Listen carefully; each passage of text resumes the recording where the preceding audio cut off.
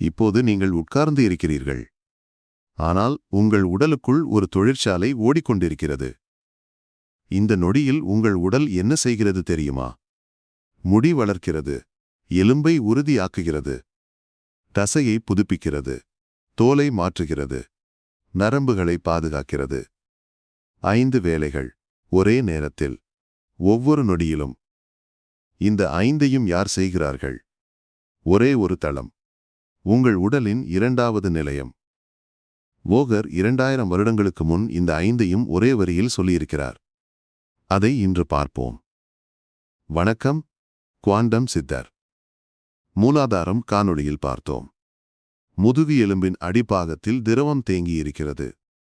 வாசி அதை மேலே ஏற்றுகிறது. அங்கே நரம்பு கற்றையும் இனப்பெருக்க சுரப்பியும் இருக்கின்றன என்று பார்த்தோம். 5 எழுத்து காணொளியில் பார்த்தோம். உகாரம் என்றால் விந்து என்று முருகன் சொன்னார். 5 எழுத்துக்களும் உடலின் 5 தளங்களில் நிற்கின்றன என்று பார்த்தோம். இன்று அடுத்த படிக்கு போகிறோம். மூலத்துக்கு மேலே என்ன இருக்கிறது? போகர் சொல்கிறார். போகர் மிகத் தெளிவாகச் சொல்கிறார். மூலதனந்தாண்டிய பால் துடியான நாலங்குலமே தாண்ட பதி செய்த பிரமனுட வீடுமாகும். பகர்ந்த சுவாதிஷ்டானம் என்று பேரு. என்ன சொல்கிறார்? மூலத்தை தாண்டு 4 அங்குலம் மேலே போ. அங்கே பிரமனின் வீடு இருக்கிறது. அதற்கு சுவாதிஷ்டானம் என்று பெயர். 4 அங்குலம் என்றால் எவ்வளவு? சுமார் 8 முதல் 10 சென்டிமீட்டர். மூலாதாரத்திலிருந்து ஒரு கை அகலம் மேலே. அவ்வளவுதான். வடிகலம் காணொளியில் பார்த்தோம். உடலின் அடிப்பாகத்தில் வன்னி என்ற நெருப்பு இருக்கிறது என்று பார்த்தோம். அந்த நெருப்புக்கு சற்று மேலே ஒரு படைப்பாளன் வீடு இருக்கிறது. அவன் பெயர் பிரம்மன். இதை போகர் மட்டும் சொல்லவில்லை. ஞானக்கோவையிலும் அதே இடம் சொல்லப்படுகிறது. உந்தி கமலத்தில் அந்தணன் பிடத்தை உற்றரின் துய்வாய் என்கிறார். உந்தி என்றால் தொப்புள், கமலம் என்றால் தாமரை, அந்தணன் என்றால் பிரம்மன். 2 நூல்கள், ஒரே இடம். இப்போது போகர் அடுத்ததாக என்ன சொல்கிறார் பாருங்கள். பொன்னிற பிரமன் பக்க கடந்தால் வாணி நிற்பாள். பொன் நிறம். பிரம்மனின் நிறம் தங்கம் போன்றது. அவர் பக்கத்தில் வாணி நிற்கிறாள். வாணி என்றால் சரஸ்வதி ஆகும். இதை அறிவியல் மொழியில் சொல்வோம். இங்கே ஒரு சுரப்பி இருக்கிறது. அந்த சுரப்பி 2 வகை ஹார்மோன்களை உற்பத்தி செய்கிறது. ஆணுக்கு டெஸ்டோஸ்டிரான், பெண்ணுக்கு ஈஸ்ட்ரோஜன். இந்த 2ம் சேர்ந்துதான் படைப்பு நடக்கிறது. சித்தர்கள் சொன்னார்கள் பிரம்மன் படைப்பாளன் என்று. அவருக்கு பக்கத்தில் வாணி இருக்கிறாள் என்று. அறிவியல் சொல்கிறது இனப்பெருக்க சுரப்பி 2 ஹார்மோன்கள் சுரக்கிறது என்று. ஒரே இடம், ஒரே செயல். இப்போது மிக முக்கியமான வரிக்கு வருகிறோம். இந்த முழு காணொளியின் மையம் இது. போகர் சொல்கிறார். இந்த தளத்தின் தொழில் என்ன என்று. மயிரெலும்பு இறைச்சிதோல் நரம்போடு அஞ்சே. 5 சொற்கள், 5 திசுக்கள்: முடி, எலும்பு, இறைச்சி, தோல், நரம்பு. போகர் சொல்கிறார் இந்த தளத்தின் வேலை இந்த 5ஐ உருவாக்குவது என்று. இப்போது அறிவியல் என்ன சொல்கிறது என்று பாருங்கள். டெஸ்டோஸ்டெரான் மற்றும் ஈஸ்ட்ரோஜன். இந்த 2 ஹார்மோன்களின் செயல்பாடுகளை அறிவியல் நூற்றுக்கணக்கான ஆய்வுகளில் நிரூபித்து இருக்கிறது. 1. முடி வளர்ச்சி. டெஸ்டோஸ்டிரான் உடலின் எல்லா இடங்களிலும் முடி வளர்ச்சியை கட்டுப்படுத்துகிறது. அது THT என்ற வடிவமாக மாறுகிறது. அது முடி வேர்க்கால்களில் நேரடியாக செயல்படுகிறது. 2. எலும்பு உறுதி. 2 ஹார்மோன்களும் எலும்பை உருவாக்குகின்றன. இந்த ஹார்மோன்கள் குறைந்தால் எலும்பு உடைய தொடங்கும். அதனால்தான் வயதானவர்களுக்கு எலும்பு நோய் வருகிறது. 3. தசை. டெஸ்டோஸ்டான் தசையின் செல்களை நேரடியாக பெருக்குகிறது. அது குறைந்தால் தசை தேயும். 4. தோல். ஈஸ்ட்ரோஜன் தோலின் கொலாஜன் என்ற நாரை உருவாக்குகிறது. தோலின் தடிமனையும் நெகிழ்ச்சியையும் காப்பாற்றுகிறது. 5. நரம்பு. 2 ஹார்மோன்களும் மூளையிலும் நரம்பு மண்டலத்திலும் நேரடியாக செயல்படுகின்றன. நரம்புகளை பாதுகாக்கின்றன, அழற்சியை குறைக்கின்றன. இப்போது ஒப்பிடுங்கள். போகர் சொன்னார், முடி, எலும்பு, இறைச்சி, தோல், நரம்பு. அறிவியல் சொல்கிறது, முடி, எலும்பு, தசை, தோல், நரம்பு ஐந்தும் ஒன்றுதான். இந்த 5 திசுக்களும் இனப்பெருக்க ஹார்மோன்களின் நேரடி இலக்குகள். அறிவியல் இதை நூற்றுக்கணக்கான ஆய்வுகளில் நிரூபித்து இருக்கிறது. போகர் ஒரு வரியில் சொன்னது, நவீன அறிவியல் ஒவ்வொன்றாக கண்டுபிடித்தது ஒரே உண்மை. இப்போது இன்னொரு ஆழமான விஷயம். போகர் இந்த தளத்தின் பூதத்தையும் சொல்கிறார். இங்கே பிருதிவி பீசம் என்கிறார். பிருதிவி என்றால் மண். இது மண் தத்துவத்தின் தளம். ஏன் மண்? இப்போதுதான் பார்த்தோம். இந்த தளத்தின் 5 தொழில்கள் என்ன? முடி, எலும்பு, இறைச்சி, தோல், நரம்பு. 5ம் திடப்பொருட்கள். 5ம் உடலின் கட்டுமானம். மண் என்றால் திடம், எலும்பு திடம், தசை திடம், தோல் திடம், நரம்பு திடம். இந்த தளத்தின் ஹார்மோன்கள் திடத்திசுக்களை உருவாக்குகின்றன.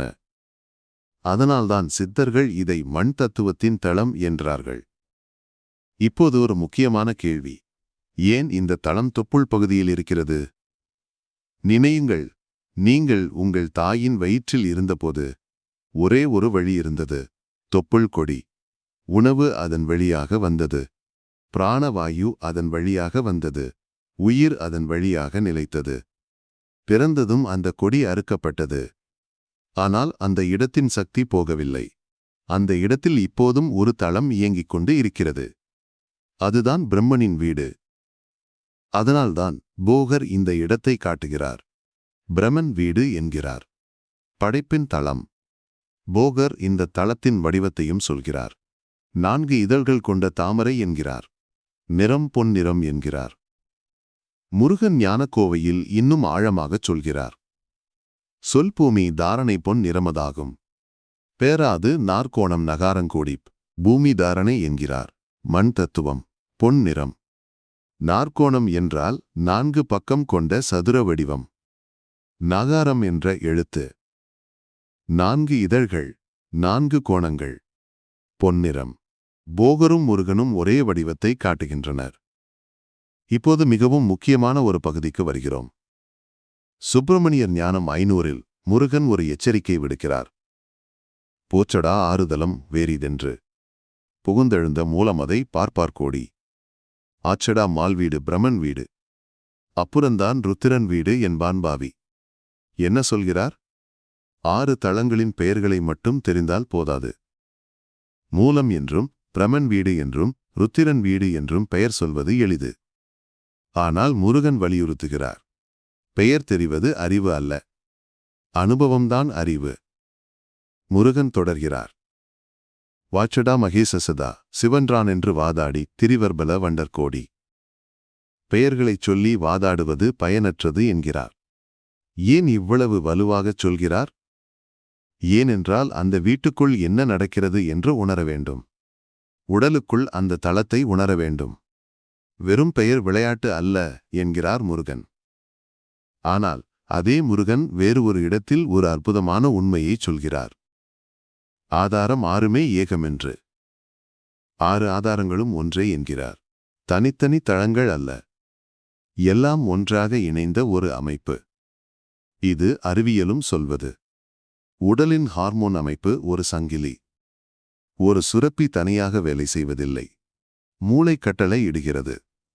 ஒரு தளம் சுரக்கிறது, அது அடுத்த தளத்தை தூண்டுகிறது. ஒரு சங்கிலி பிணைப்பு. அதனால்தான் முருகன் சொல்கிறார், 6ம் ஒன்றே என்று. மூலாதாரம் காணொளியின் முடிவில் ஒரு முக்கியமான விஷயம் சொன்னோம். மூளையில் இருந்து இறங்கும் திரவம் வெறும் தண்ணீர் போன்றது. அது ஒவ்வொரு தளத்தையும் கடக்கும்போது ஒவ்வொரு சுரப்பியும் தன் சாரத்தை கலக்குகிறது. இறுதியில் உச்சியை அடையும்போது அந்த கலவைதான் அமிர்தமாகும். 2வது தளத்தின் பங்களிப்பு என்ன? Testosterone, oestrogen. உயிரின் மிக ஆழமான சக்தி. சித்தர்கள் இதை விந்து சக்தி என்றார்கள். 5 எழுத்து காணொளியில் இரத்தம் எல்லா சுரப்பிகளின் ஹார்மோன்களையும் சுமக்கிறது என்று பார்த்தோம். இந்த தளத்தின் ஹார்மோன்களும் இரத்தத்தில் கலக்கின்றன. அந்த இரத்தம் மேலே ஏறுகிறது, அடுத்த தளத்திற்கு போகிறது. ஒரு சோதனை செய்யுங்கள். உங்கள் கையின் மேல் பக்கத்தை பாருங்கள்.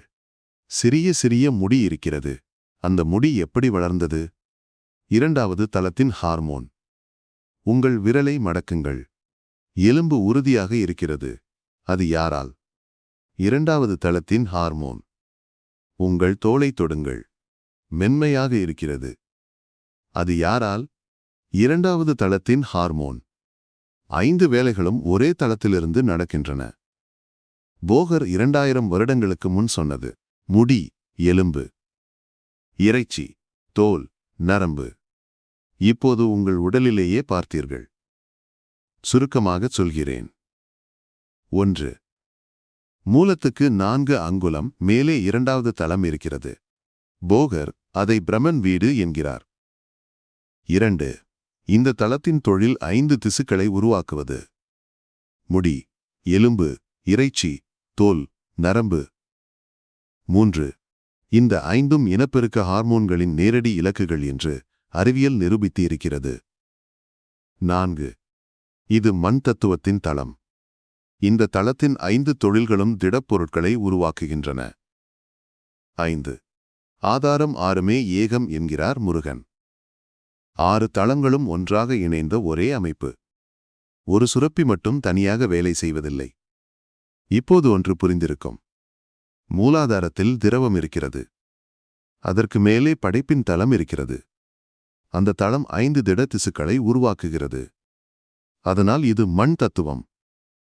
போகர் சொன்ன ஒவ்வொரு சொல்லும் உடலில் நிரூபணமாகிறது.